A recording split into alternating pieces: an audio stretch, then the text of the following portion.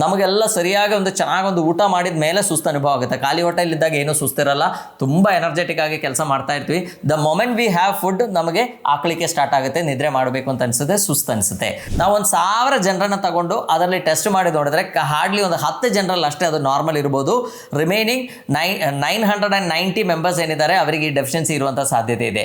ಅಲ್ಲಿ energy production ಆಗುತ್ತೆ. So ಹಾಗಾಗಿ ಇದರಲ್ಲಿ ಏನಾದರೂ ಸಮಸ್ಯೆ ಬರುವಂಥ ಕಾಯಿಲೆಗಳು ನಮಗಿದ್ರೆ ನಮಗೆ ಸುಸ್ತು ಫೀಲ್ ಆಗುತ್ತೆ. ಅದರಲ್ಲಿ ಮುಖ್ಯವಾಗಿ ಕಾಣುವಂಥ ಒಂದು ಸಮಸ್ಯೆ ಏನು ಅಂದರೆ, ಎಲ್ಲರಿಗೂ ನಮಸ್ಕಾರ, ನಾನು ಡಾಕ್ಟರ್ ಜಿತೇಶ್, ನಿಸರ್ಗ ಹಾಸ್ಪಿಟಲ್ ಸಿರ್ಸಿ. ನಮಗೆಲ್ಲ ಇಡೀ ದಿವಸ ತುಂಬ ಫ್ರೆಶ್ ಆಗಿ ತುಂಬ ಎನರ್ಜೆಟಿಕ್ ಆಗಿರಬೇಕು ಅಂತ ತುಂಬ ಆಸೆ ಇರುತ್ತೆ. ಸೊ ಬೆಳಗ್ಗೆ ಎದ್ದು ಕೂಡಲೇ ತುಂಬ ಫ್ರೆಶ್ ಆಗಿದ್ದರೆ, ಇಡೀ ದಿವಸ ಎನರ್ಜೆಟಿಕ್ ಆಗಿದ್ದರೆ ನಮ್ಮ ವರ್ಕ್ ಎಫಿಷಿಯನ್ಸಿ ಕೂಡ ತುಂಬ ಚೆನ್ನಾಗಿ ಇಂಪ್ರೂವ್ ಆಗುತ್ತೆ. ಬಟ್ ಎಷ್ಟೋ ಸಲ ಏನಾಗುತ್ತೆ, ಎಷ್ಟೋ ಜನ ಹೇಳೋದು ನೀವು ಕೇಳಿರ್ತೀರಾ, ನನಗೆ ಎದ್ದು ಕೂಡಲೇ ಒಂಥರ ಸುಸ್ತು ಫೀಲ್ ಆಗುತ್ತೆ, ಇಡೀ ದಿವಸ ವರ್ಕ್ ಮಾಡಲಿಕ್ಕೆ ಏನು ಎನರ್ಜಿ ಫೀಲ್ ಆಗಲ್ಲ ಅಂತ ಎಷ್ಟೋ ಜನ ಹೇಳ್ತಾರೆ. ಆ್ಯಂಡ್ ನಾವು ಕೂಡ ಎಕ್ಸ್ಪೀರಿಯನ್ಸ್ ಮಾಡಿರ್ತೀವಿ. ಸೊ ಈ ಸುಸ್ತು ಏನಿದೆ ಅದು one of the main sign actually. ನಮಗಿರುವಂಥ ಎಷ್ಟೋ ಸಮಸ್ಯೆಗಳನ್ನು ನಮಗೆ ತೋರಿಸ್ಕೊಡೋದು ಈ ಸುಸ್ತು ಆ್ಯಕ್ಚುಲಿ. ಸೊ ಸುಸ್ತಿದ್ರೆ ನಾವು ಅದನ್ನ ಇಗ್ನೋರ್ ಮಾಡಬಾರ್ದು. ಸೊ ನಾನು ಈ ವಿಡಿಯೋದಲ್ಲಿ ಸುಸ್ತು ಅಥವಾ ಟಯರ್ಡ್ನೆಸ್ ಅಥವಾ ಈ ಫೆಟಿಗ್ನೆಸ್ ಏನಿದೆ ಅದು ಬರ್ಲಿಕ್ಕಿರುವಂಥ ಮೇನ್ ರೀಸನ್ಸ್ ಏನೇನು ಅಂದರೆ, ಕೆಲವು ಸಲ ಅದು ಕಾಯಿಲೆಗಳಿರ್ಬೋದು, ಕೆಲವು ಸಲ ಸಿಂಪಲ್ ಆಗಿರುವಂಥ ರೀಸನ್ಸ್ ಕೂಡ ಇರ್ಬೋದು. ಆ್ಯಂಡ್ ಅದನ್ನ ಹೇಗೆ ಮ್ಯಾನೇಜ್ ಮಾಡಬೇಕು ಅಂತ ನಿಮ್ಮೊಟ್ಟಿಗೆ ನಾನು ಶೇರ್ ಮಾಡ್ತೇನೆ.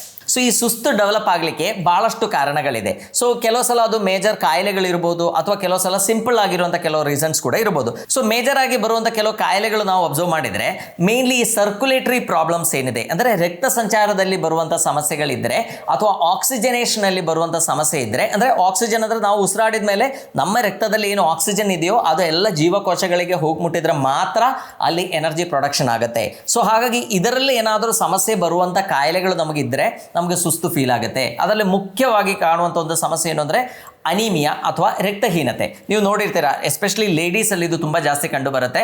ಸೊ ಅವರು ಹೇಳ್ತಾರೆ, ನೋಡಲಿಕ್ಕೆ ತುಂಬ ದಪ್ಪಾಗಿರ್ತಾರೆ, ವೆಯ್ಟು ಜಾಸ್ತಿ ಇರುತ್ತೆ, but at the same time ಇಡೀ ದಿವಸ ಸುಸ್ತು ಡಾಕ್ಟ್ರೆ ಅಂತ ಹೇಳೋರು ಎಷ್ಟೋ ಜನ ಇದ್ದಾರೆ. ಅಂದರೆ ಏನೂ ವರ್ಕ್ ಮಾಡೋಕ್ಕಾಗಲ್ಲ, ಸ್ವಲ್ಪ ಕೆಲಸ ಮಾಡಿದರೆ ಸಾಕು, ನನಗೆ ತುಂಬ ಸುಸ್ತು ಫೀಲ್ ಆಗುತ್ತೆ ಅಂತ ಹೇಳೋರು ಎಷ್ಟೋ ಜನ ಇದ್ದಾರೆ. ಸೊ ಅದಕ್ಕೊಂದು ಮೇನ್ ರೀಸನ್ ಏನು, ಅವರಿಗೆ ರಕ್ತಹೀನತೆ ಸಮಸ್ಯೆ ಇದೆ, ಅವರದ್ದು ಹಿಮೋಗ್ಲೋಬಿನ್ ಲೆವೆಲ್ಸ್ ಏನಿದೆ ಅದು ತುಂಬ ಕಡಿಮೆ ಇರುತ್ತೆ. ಸೊ ಈ ಹಿಮೋಗ್ಲೋಬಿನ್ ಇದ್ದರೆ ಮಾತ್ರ ಆಕ್ಸಿಜನ್ ಟ್ರಾನ್ಸ್ಪೋರ್ಟ್ ಸರಿಯಾಗುತ್ತೆ. ನಾವು ಉಸಿರಾಡುವಾಗ ಒಳಗೆ ತಗೊಳ್ಳುವಂಥ ಈ ಆಕ್ಸಿಜನ್ ಏನಿದೆ ಅದು ರಕ್ತದಲ್ಲಿರುವಂಥ ಹಿಮೋಗ್ಲೋಬಿನ್ ಒಟ್ಟಿಗೆ ಬೈಂಡ್ ಆಗಿ ಆಕ್ಸಿ ಹಿಮೋಗ್ಲೋಬಿನ್ ಅಂತ ಆಗುತ್ತೆ. ಸೊ ಅದೇ ಎಲ್ಲ ಕಡೆ ರಕ್ತದಲ್ಲಿ ಹೋಗಿ ನಮ್ಮ ಪ್ರತಿಯೊಂದು ಜೀವಕೋಶಕ್ಕೂ ಈ ಆಕ್ಸಿಜನ್ ಸಪ್ಲೈ ಮಾಡೋದು. ಸೊ ಈ ರಕ್ತಹೀನತೆ ಇದ್ದಾಗ ಏನಾಗುತ್ತೆ, ಹಿಮೋಗ್ಲೋಬಿನ್ ಕಡಿಮೆ ಇರುತ್ತೆ, ಆಕ್ಸಿಜನ್ ಸಫಿಷಿಯೆಂಟ್ ಆಗಿ ಎಲ್ಲ ಕಡೆ ಹೋಗಿ ಮುಟ್ಟೋದಿಲ್ಲ. ಸೊ ಹಾಗಾಗಿ ಏನಾಗುತ್ತೆ, ಒಂದು ಸ್ವಲ್ಪ ಕೆಲಸ ಮಾಡಿದ ಕೂಡಲೇ ನಮಗೆ ಸುಸ್ತು ಅನುಭವ ಆಗುವಂಥ ಸಾಧ್ಯತೆ ಇದೆ. ಆ್ಯಂಡ್ ಅವರಿಗೆ ನಾವು ಬ್ಲಡ್ ಟೆಸ್ಟ್ ಮಾಡಿ ನೋಡುವಾಗ ಗೊತ್ತಾಗುತ್ತೆ, ಅವರಿಗೆ ಲೈಕ್ ಅಯರ್ನ್ ಕಂಟೆಂಟ್ ಏನಿದೆ, ರಕ್ತದಲ್ಲಿ ಅಯರ್ನ್ ಪರ್ಸೆಂಟೇಜ್ ಏನಿದೆ ಅದು ಕಡಿಮೆ ಇರುತ್ತೆ.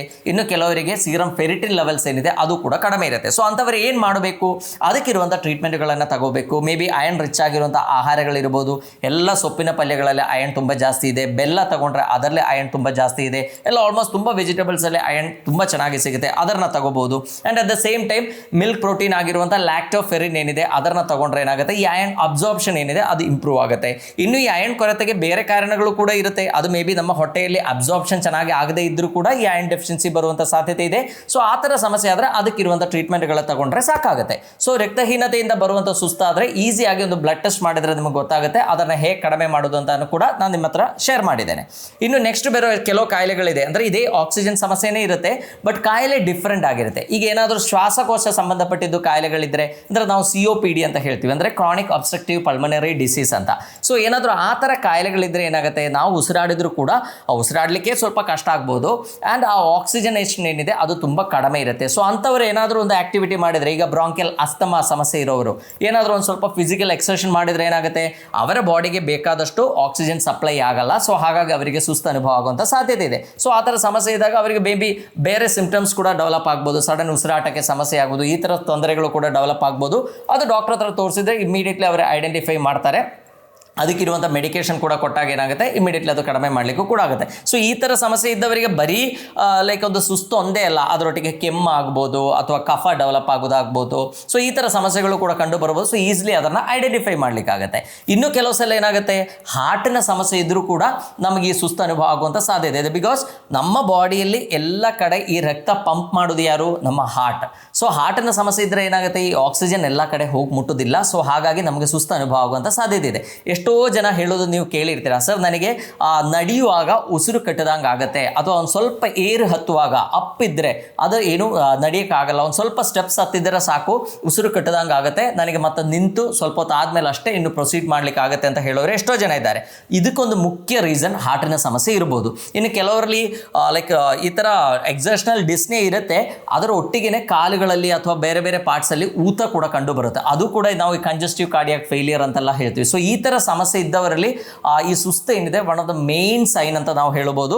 ಸೊ ಅಂಥವರಾದರೆ ಏನು ಮಾಡಬೇಕು? ಇಮಿಡಿಯೇಟ್ಲಿ ಸುಸ್ತು ಸಡನ್ ಆಗಿ ನಮಗೆ ಸುಸ್ತು ಡೆವಲಪ್ ಆಗ್ತಾ ಇದೆ, ಏನು ಸ್ಟೆಪ್ ಹತ್ಲಿಕ್ಕೆ ಆಗ್ತಾ ಇಲ್ಲ ಅಥವಾ ಅಪ್ ಹತ್ಲಿಕ್ಕೆ ಆಗ್ತಾ ಇಲ್ಲ, ಉಸಿರು ಕಟ್ಟದಂಗೆ ಆಗುತ್ತೆ ಅಂತ ಆದರೆ ಡಾಕ್ಟರ್ ಹತ್ರ ಹೋಗಿ ಟೆಸ್ಟ್ ಮಾಡಿದರೆ ಅವರೊಂದು ECG ಮೇ ಬಿ ಮಾಡಿ ನೋಡ್ಬೋದು, ಅಥವಾ ಇಕ್ಕೋ ಮಾಡಿ ನೋಡ್ಬೋದು, ಅಥವಾ ಅದು ಸಹ ಅವರಿಗೆ ಡೌಟ್ ಅನಿಸಿದ್ರೆ ಒಂದು TMT ಟೆಸ್ಟ್ ಮಾಡಿ ನೋಡ್ತಾರೆ.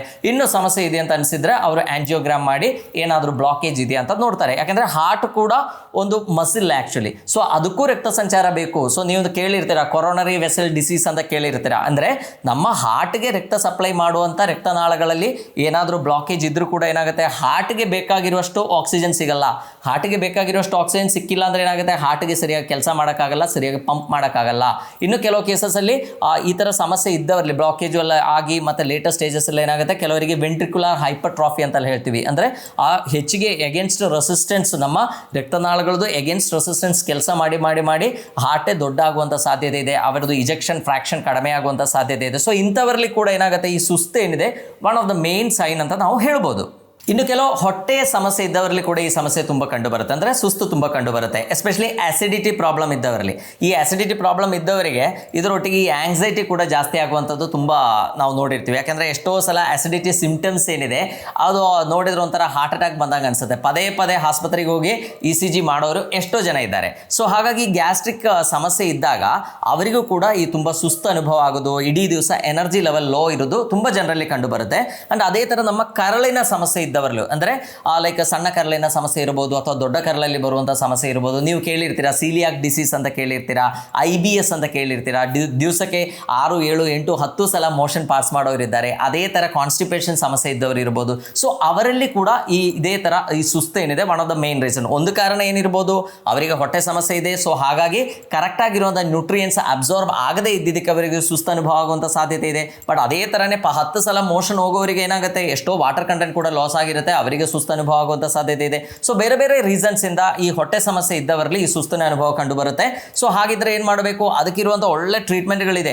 ಅದು ನೀವು ಒಂದ್ಸಲ ತೋರಿಸಿದ್ರೆ, ಡಾಕ್ಟರ್ ಹತ್ರ ಒಂದ್ಸಲ ಮಾತಾಡಿದ್ರೆ ಅವರಿಗೆ ಗೊತ್ತಾಗುತ್ತೆ ಯಾವ ಕಾರಣದಿಂದ ನಿಮಗೆ ಸುಸ್ತು ಡೆವಲಪ್ ಆಗ್ತಾ ಇದೆ ಅಂತ ಗೊತ್ತಾಗುತ್ತೆ. ಅದರದ್ದು ಈಸಿ ಟ್ರೀಟ್ಮೆಂಟ್ ಕೊಟ್ಟು ಅದನ್ನು ಹೊರಗೆ ಬರಲಿಕ್ಕೆ ಕೂಡ ಸಾಧ್ಯ ಆಗುತ್ತೆ.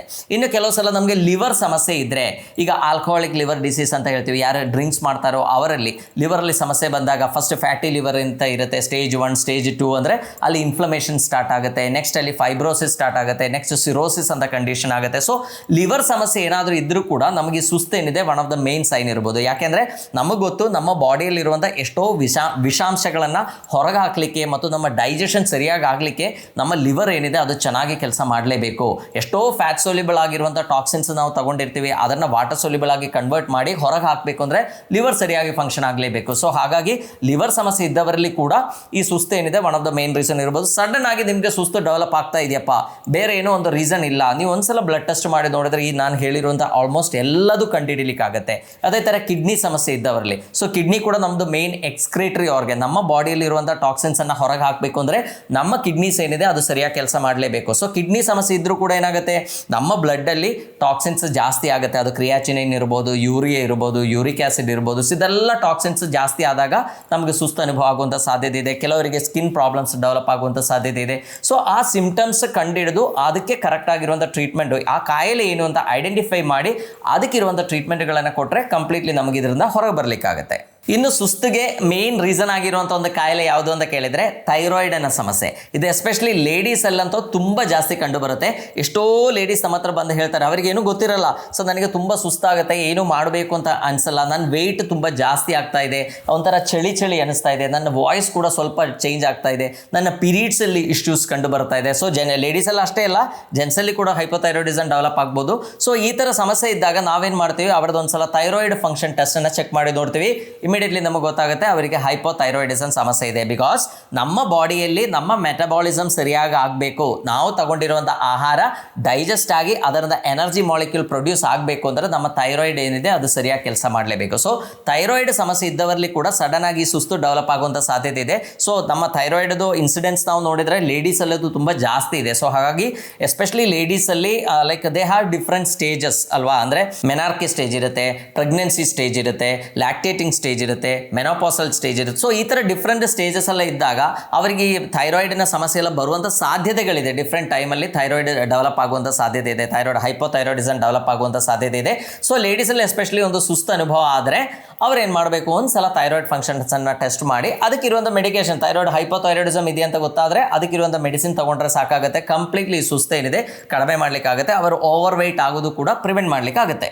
Next is deficiencies. ತುಂಬ ಜಾಸ್ತಿ ಜನರಲ್ಲಿ ಕಂಡುಬರುವಂಥ ಈ ಸುಸ್ತಿಗೆ ಇರುವಂಥ ಮೇನ್ ರೀಸನ್ ಏನು ಅಂತ ಕೇಳಿದರೆ ಡೆಫಿಷಿಯನ್ಸೀಸ್. ಇದರಲ್ಲಿ ಫಸ್ಟೇ ನಾನು ಹೇಳಾಯಿತು ಅಂದರೆ ರಕ್ತಹೀನತೆ. ಸೊ ರಕ್ತಹೀನತೆ ಬರಲಿಕ್ಕಿರುವಂಥ ಮುಖ್ಯ ಕಾರಣ ಏನು, ಐರನ್ ಡೆಫಿಷಿಯನ್ಸಿ.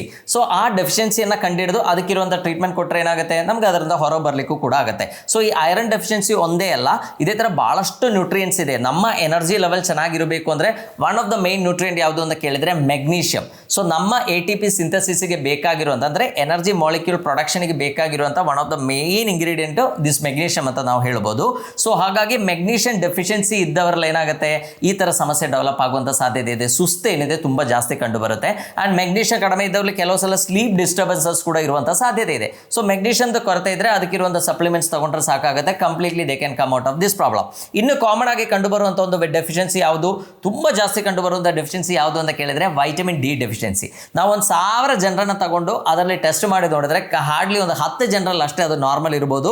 ರಿಮೈನಿಂಗ್ 990 ಮೆಂಬರ್ಸ್ ಏನಿದ್ದಾರೆ ಅವರಿಗೆ ಈ ಡೆಫಿಷಿಯನ್ಸಿ ಇರುವಂಥ ಸಾಧ್ಯತೆ ಇದೆ. ಸೊ ಹಾಗಾಗಿ ಈ ವಿಟಮಿನ್ ಡಿ ಏನಿದೆ ದಟ್ ಇಸ್ ವೆರಿ ಇಂಪಾರ್ಟೆಂಟ್ ಆಗಿರುವಂಥ ಒಂದು ವೈಟಮಿನ್. ಸೊ ನಮ್ಮ ಬಾಡಿ ಫಂಕ್ಷನ್ಸ್ ಸರಿಯಾಗಿ ಆಗಲಿಕ್ಕೆ, ನಮ್ಮ ಇಮ್ಯುನಿಟಿ ಲೆವೆಲ್ಸ್ ಇಂಪ್ರೂವ್ ಆಗಲಿಕ್ಕೆ, ನಮ್ಮ ಮೂಳೆಗಳ ಹೆಲ್ತ್ ಚೆನ್ನಾಗಿ ಇಂಪ್ರೂವ್ ಆಗಲಿಕ್ಕೆ, ನಮ್ಮ ನರಗಳ ಹೆಲ್ತ್ ಇಂಪ್ರೂವ್ ಆಗಲಿಕ್ಕೆ ಇದಕ್ಕೆಲ್ಲ ವೈಟಮಿನ್ ಡಿ ಬೇಕು. ಈವನ್ ವೈಟಮಿನ್ ಡಿ ಡೆಫಿಷಿಯನ್ಸಿ ಇದ್ದವರಲ್ಲಿ ಈ ಅಲರ್ಜಿ ಪ್ರಾಬ್ಲಮ್ ಕೂಡ ತುಂಬ ಜಾಸ್ತಿ ಕಂಡು ಬರುತ್ತೆ. ರಿಪೀಟೆಡ್ ಆಗಿ ಇನ್ಫೆಕ್ಷನ್ಸ್ ಬರೋರಾದರೆ, ರೆಸ್ಪಿರೇಟರಿ ಇನ್ಫೆಕ್ಷನ್ಸ್ ಎಲ್ಲ ಬರೋರಾದರೆ, ಸೊ ಅವರಲ್ಲಿ ಕೂಡ ಈ ವೈಟಮಿನ್ ಡಿ ಡೆಫಿಷಿಯನ್ಸಿ ತುಂಬ ಜಾಸ್ತಿ ಕಂಡು ಬರುತ್ತೆ. ಅವರಿಗೆ ಸುಸ್ತು ಕೂಡ ಡೆವಲಪ್ ಆಗುವಂಥ ಸಾಧ್ಯತೆ ಇದೆ. ನೀವು ನೋಡಿ ಎಲ್ಲ TB ಸ್ಯಾನಿಟೋರಿಯಮ್ಸ್ ಅಂದರೆ ಟ್ಯೂಬರ್ಕ್ಯುಲೋಸಿಸ್ ಸ್ಯಾನಿಟೋರಿಯಮ್ಸ್ ಎಲ್ಲ ಎಲ್ಲಿ ತಗೊಂಡೋಗಿಟ್ಟಿರ್ತಾರೆ, ಅವರು ಎಲ್ಲೋ ಗುಡ್ಡದ ತುದಿಯಲ್ಲಿ ತಗೊಂಡೋಗಿಟ್ಟಿರ್ತಾರೆ. ಅದಕ್ಕೆ ಮೇನ್ ರೀಸನ್ ಏನು, ಅವರಿಗೆ ವೈಟಮಿನ್ ಡಿ ನೆಸೆಸಿಟಿ ಇದೆ, ಅಂದರೆ ಅವರಿಗೆ ವೈಟಮಿನ್ ಡಿ ಬೇಕು, ಅಲ್ಲಿರೋ ಬಿಸಿಲಲ್ಲಿ ಅವರಿಗೆ ವೈಟಮಿನ್ ಡಿ ಸಿಗಲಿ ಅಂತ ಹೇಳಿ ಅಷ್ಟು ದೂರ ಅಷ್ಟು ಗುಡ್ಡದ ಮೇಲೆ ತಗೊಂಡೋಗಿಟ್ಟಿದ್ದಾರೆ. ಸೊ ನಾವೇನು ಮಾಡಬೇಕು, ನಮಗೆ ಸಡನ್ ಆಗಿ ಸುಸ್ತು ಅನುಭವ ಆಗ್ತಾ ಇದ್ದರೆ ಒಂದ್ಸಲ ವೈಟಮಿನ್ ಡಿ ಟೆಸ್ಟ್ ಮಾಡಿ ನೋಡಿ. ವೈಟಮಿನ್ ಡಿ ಎಲ್ಲ ಕಡಿಮೆ ಇದ್ದರೆ ಇಮಿಡಿಯೇಟ್ಲಿ ಅದನ್ನು ಸರಿ ಮಾಡಲಿಕ್ಕೂ ಆಗುತ್ತೆ. ವೈಟಮಿನ್ ಡಿ ಎಷ್ಟೋ ಸಪ್ಲಿಮೆಂಟ್ಸ್ ಬರುತ್ತೆ, ಅದಕ್ಕೆ ನೀವು ಬಿಸಿಲಲ್ಲಿ ಹೋಗಿ ಕೂರಲೇಬೇಕು ಅಂತ ಏನಿಲ್ಲ. ಆ ವೈಟಮಿನ್ ಡಿ ಸಪ್ಲಿಮೆಂಟ್ಸ್ ಒಂದು 1 to 2 ಮಂತ್ಸ್ ನೀವು ತಗೊಂಡ್ರೆ, ಲೈಕ್ ವೀಕ್ಲಿ ಒನ್ಸು ಆ ಥರ ಡೋಸೇಜ್ ಡಾಕ್ಟ್ರೇ ಹೇಳ್ತಾರೆ. ನೀವೇ ಹೋಗಿ ತಗೊಳ್ಳಿಕ್ಕೆ ಹೋಗಬೇಡಿ, ಡಾಕ್ಟರ್ ಹತ್ರ ಕೇಳಿಕೊಂಡು ತಗೋಬೇಕು. ಯಾಕಂದರೆ ಇದೆಲ್ಲ fat soluble vitamin.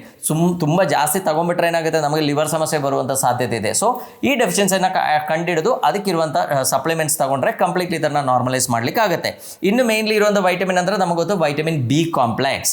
So vitamin B ಕಾಂಪ್ಲೆಕ್ಸ್ಗೆ ನಾವೇನೋ ತುಂಬ ಹುಡುಕಬೇಕು ಅಂತಿಲ್ಲ, ನಮ್ಮ ತರಕಾರಿಗಳಲ್ಲಿ ಮ್ಯಾಕ್ಸಿಮಮ್ ನಮಗೆ ಸಿಗುತ್ತೆ. ಅದು ವೈಟಮಿನ್ B1 ಇರ್ಬೋದು, B6, B12 ಇರ್ಬೋದು, B9 ಇರ್ಬೋದು. B12 ನಮಗೆ ಗೊತ್ತು, ವಿಟಮಿನ್ B12 ನಮ್ಮ ನರಗಳು ಸರಿಯಾಗಿ ಕೆಲಸ ಮಾಡಬೇಕು ಅಂದರೆ mainly vitamin B12, B6, B9 ಎಲ್ಲ ಏನಿದೆ ಅದು ಸರಿಯಾಗಿ ಇರಲೇಬೇಕು.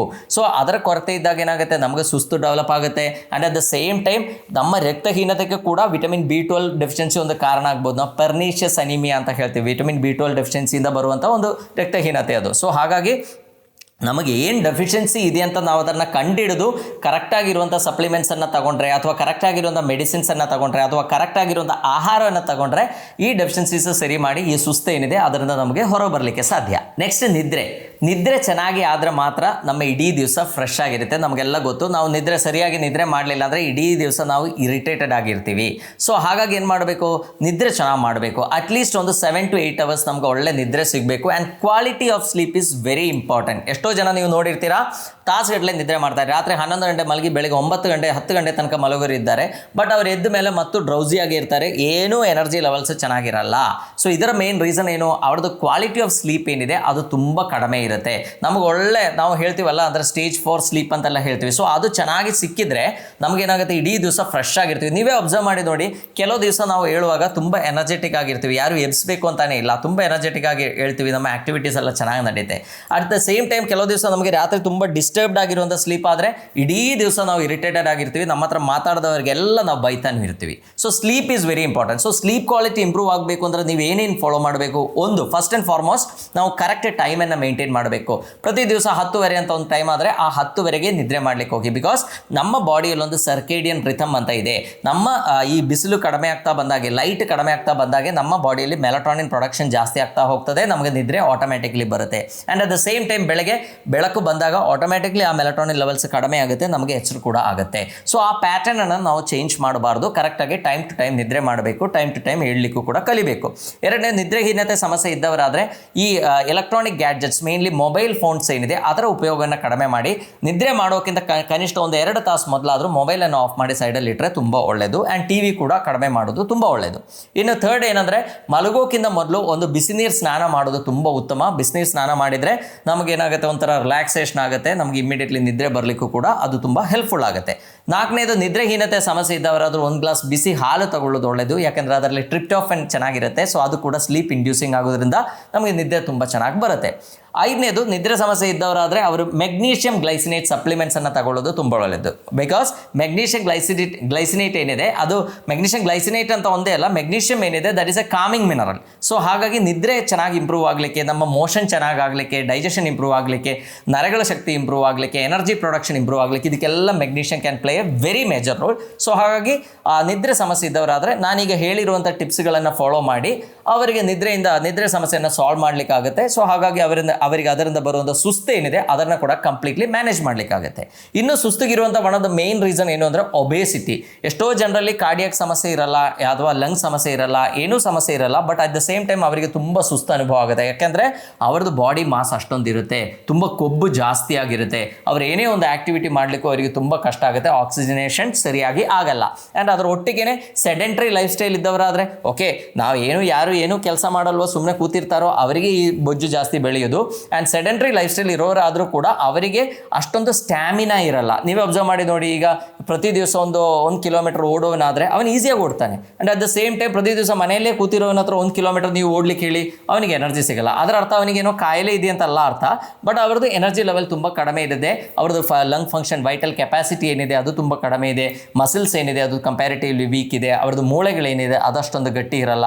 ಸೊ ಹಾಗಾಗಿ ಪ್ರತಿ ದಿವಸ ಎಕ್ಸಸೈಸ್ ಮಾಡಿದರೆ ಸಾಕು. ಒಮ್ಮೆಲೆ 1 ತಾಸು ವ್ಯಾಯಾಮ ಮಾಡಬೇಕು ಅಂತ ನಾನು ಹೇಳಲ್ಲ, 10 ನಿಮಿಷ, 15 ನಿಮಿಷ, 20 ನಿಮಿಷ, ಅರ್ಧ ತಾಸು, ಈ ಥರ ಗ್ರ್ಯಾಜುವಲಿ ಆ ವ್ಯಾಯಾಮ ಮಾಡುವಂಥ ಡ್ಯೂರೇಷನ್ನ ಜಾಸ್ತಿ ಮಾಡ್ತಾ ಬಂದರೆ ಏನಾಗುತ್ತೆ, ಅವ್ರಿಗೆ ಈ ಸಮಸ್ಯೆಗಳೇನಿದೆ, ಸುಸ್ತು ಏನಿದೆ ಅದನ್ನು ಕಂಪ್ಲೀಟ್ಲಿ ಕಡಿಮೆ ಮಾಡಲಿಕ್ಕಾಗುತ್ತೆ. ಎಷ್ಟೋ ಜನರಲ್ಲಿ ಈ ಆ್ಯಕ್ಚುಲಿ ಹೇಳಬೇಕು ಅಂದರೆ ಜಾಸ್ತಿ ತಿನ್ನೋದ್ರಿಂದಾನೇ ಸುಸ್ತು ಬರುವಂಥದ್ದು ಎಷ್ಟೋ ಜನ ಇದ್ದಾರೆ. ಯಾಕೆಂದರೆ ನಮ್ಮ ಬ್ಲಡ್ಡಲ್ಲಿರುವಂಥ ಶುಗರ್ ಲೆವೆಲ್ ಜಾಸ್ತಿ ಆದರೂ ಕೂಡ ನಮಗೆ ಸುಸ್ತು. ಈಗ ಡಯಾಬಿಟಿಸ್ ಮೆಲೈಟಿಸ್ ನೀವು ನೋಡಿರ್ತೀರ, ಸಕ್ಕರೆ ಕಾಯಿಲೆ ಇದ್ದವರಿಗೆ ಕೆಲವು ಸಲ ಏನಾಗುತ್ತೆ, ತುಂಬ ಸುಸ್ತು ಡೆವಲಪ್ ಆಗಿರುತ್ತೆ. ಅವರದ್ದು ರಕ್ತ ಚೆಕ್ ಮಾಡಿ ನೋಡುವಾಗ ನಮಗೆ ಗೊತ್ತಾಗುತ್ತೆ ಅವ್ರದ್ದು ಶುಗರ್ ಲೆವೆಲ್ ತುಂಬ ಜಾಸ್ತಿ ಇದೆ. ಶುಗರ್ ಜಾಸ್ತಿ ಇದ್ರೂ ಸುಸ್ತಾಗುತ್ತೆ, ಶುಗರ್ ಕಡಿಮೆ ಇದ್ರೂ ಸುಸ್ತಾಗುತ್ತೆ. ಎಷ್ಟೋ ಜನರಲ್ಲಿ ಡಯಾಬಿಟಿಸ್ ಇದೆ ಅಂತ ಗೊತ್ತಾಗೋದೇ ಯಾವಾಗ, ಅವರದ್ದು ಸಡನ್ ವೆಯ್ಟ್ ಲಾಸ್ ಆದಾಗ, ತುಂಬ ಸುಸ್ತಾದಾಗ ಗೊತ್ತಾಗುತ್ತೆ ಅವರಿಗೆ ಸಕ್ಕರೆ ಕಾಯಿಲೆ ಸಮಸ್ಯೆ ಇದೆ. So blood sugar also place A very major role. ನಮಗೆಲ್ಲ ಸರಿಯಾಗಿ ಚೆನ್ನಾಗಿ ಊಟ ಮಾಡಿದ ಮೇಲೆ ಸುಸ್ತು ಅನುಭವ ಆಗುತ್ತೆ. ಖಾಲಿ ಹೊಟ್ಟೆಲಿದ್ದಾಗ ಏನೂ ಸುಸ್ತಿರಲ್ಲ, ತುಂಬ ಎನರ್ಜೆಟಿಕ್ ಆಗಿ ಕೆಲಸ ಮಾಡ್ತಾ ಇರ್ತೀವಿ. The moment we have food ನಮಗೆ ಆಕಳಿಕೆ ಸ್ಟಾರ್ಟ್ ಆಗುತ್ತೆ, ನಿದ್ರೆ ಮಾಡಬೇಕು ಅಂತ ಅನಿಸುತ್ತೆ, ಸುಸ್ತು ಅನಿಸುತ್ತೆ. ಸೊ ಹಾಗಾಗಿ ನಮ್ಮ ಬ್ಲಡ್ ಶುಗರ್ ವೇರಿಯೇಷನ್ ಕೂಡ ಈ ಸುಸ್ತು ಏನಿದೆ ಅದಕ್ಕೆ one of the main reason ಅಂತ ನಾವು ಹೇಳ್ಬೋದು. ಈಗ ಸುಸ್ತು ಡೆವಲಪ್ ಆಗ್ಲಿಕ್ಕಿರುವಂಥ ಎಷ್ಟೋ ರೀಸನ್ಸ್ ನಾನು ನಿಮ್ಮೊಟ್ಟಿಗೆ ಶೇರ್ ಮಾಡಿದ್ದೇನೆ. ಸೊ ನಿಮಗೆ ಈಗ ಅರ್ಥ ಆಗಿರ್ಬೋದು ಯಾವ ಕಾರಣದಿಂದ ನಮಗೆ ಸುಸ್ತು ಡೆವಲಪ್ ಆಗ್ತಾ ಇದೆ. ಈಗ ನಾನು ಇದರಲ್ಲಿ ಯಾವುದು ಹೇಳದೇ ಇರುವಂಥ ಒಂದು ರೀಸನ್ ಏನಂದರೆ ಸ್ಟ್ರೆಸ್. ಯಾರು ತುಂಬ ಟೆನ್ಷನ್ಲಿ ಇರ್ತಾರೆ ಅವರಿಗೂ ಕೂಡ ತುಂಬ ಜಾಸ್ತಿ ಸುಸ್ತು ಕಂಡು ಬರುವಂಥ ಸಾಧ್ಯತೆ ಇದೆ. ಸೊ ಯೂಶಲಿ ಸುಸ್ತು ಡೆವಲಪ್ ಆದರೆ ನೀವು ಸಿಂಪಲ್ ಆಗಿರುವಂಥ ಒಂದು ಬ್ಲಡ್ ಟೆಸ್ಟ್ ಮಾಡಿ ನೋಡಿ. ಏನಾದರೂ ಡೆಫಿಷಿಯನ್ಸೀಸ್ ಆದರೆ ಅದರಲ್ಲೇ ನಮಗೆ ಗೊತ್ತಾಗುತ್ತೆ. ಕೆಲವು ಕಾರ್ಡಿಯಾಕ್ ಇಶ್ಯೂಸ್ ಆದರೆ ಅದು ನಮಗೆ ಗೊತ್ತಾಗುತ್ತೆ. ಥೈರಾಯ್ಡ್ ಸಮಸ್ಯೆ ಇದ್ದಿದ್ದಾದರೆ ಅದು ನಮಗೆ ಗೊತ್ತಾಗುತ್ತೆ. ಸೊ ಎಷ್ಟೋ ಸಮಸ್ಯೆಗಳು ಯಾವ ಕಾರಣದಿಂದ ಈ ಸುಸ್ತು ಡೆವಲಪ್ ಆಗ್ತಾ ಇದೆ ಅಂತ ಗೊತ್ತಾಗಬೇಕು ಅಂದರೆ ಒಂದು blood test is more than enough. ಇನ್ನೂ ಅದರಲ್ಲಿ ಏನೋ ಕಂಡುಹಿಡಿಯಲಿಕ್ಕೆ ಆಗಿಲ್ಲ ಅಂದರೆ ಡಾಕ್ಟರ್ಸ್ ಏನು ಮಾಡ್ತಾರೆ, ಇದರ ಒಂದು ಇಕೋ ಇರ್ಬೋದು ಅಥವಾ TMT ಇರ್ಬೋದು ಅಥವಾ ಆಂಜಿಯೋ ಏನಾದರೂ ಒಂದು ಟೆಸ್ಟ್ ಮಾಡಿ ಆ ರೀಸನ್ ನಾವು ಕಂಡುಹಿಡಿಬೇಕು, ಯಾಕೆ ನಮಗೆ ಸುಸ್ತು ಅನುಭವ ಆಗ್ತಾ ಇದೆ. ಸೊ ಸಡನ್ ಆಗಿ ಡೆವಲಪ್ ಆಗಿರುತ್ತೆ. ಮೇ ಬಿ ನಾವು ತುಂಬ ಎನರ್ಜೆಟಿಕ್ ಆಗಿ ಕೆಲಸ ಮಾಡ್ತಾ ಇದ್ದವರು ಇರ್ಬೋದು, ಸಡನ್ ಒಂದು ಸ್ವಲ್ಪ ದಿವಸದಿಂದ ತುಂಬ ಸುಸ್ತು ಅನುಭವ ಆಗ್ತಾ ಇದ್ದರೆ ಖಂಡಿತ ನಾವು ಅದಕ್ಕೆ ಇನ್ವೆಸ್ಟಿಗೇಷನ್ ಮಾಡಿ ಯಾವ ಕಾರಣದಿಂದ ಅದನ್ನು ಸುಸ್ತು ಡೆವಲಪ್ ಆಗ್ತಾ ಇದೆ ಅಂತ ಕಂಡುಹಿಡಿದು ಅದಕ್ಕಿರುವಂಥ ಟ್ರೀಟ್ಮೆಂಟ್ಗಳು ಮೆಷರ್ಸ್ ನಾವು ತಗೊಂಡ್ರೆ ಅದರಿಂದ ಕಂಪ್ಲೀಟ್ಲಿ ಹೊರಗೆ ಬರಲಿಕ್ಕೆ ಆಗುತ್ತೆ ಅಂತ ಹೇಳ್ತಾ ಎಲ್ಲರಿಗೂ ಧನ್ಯವಾದ.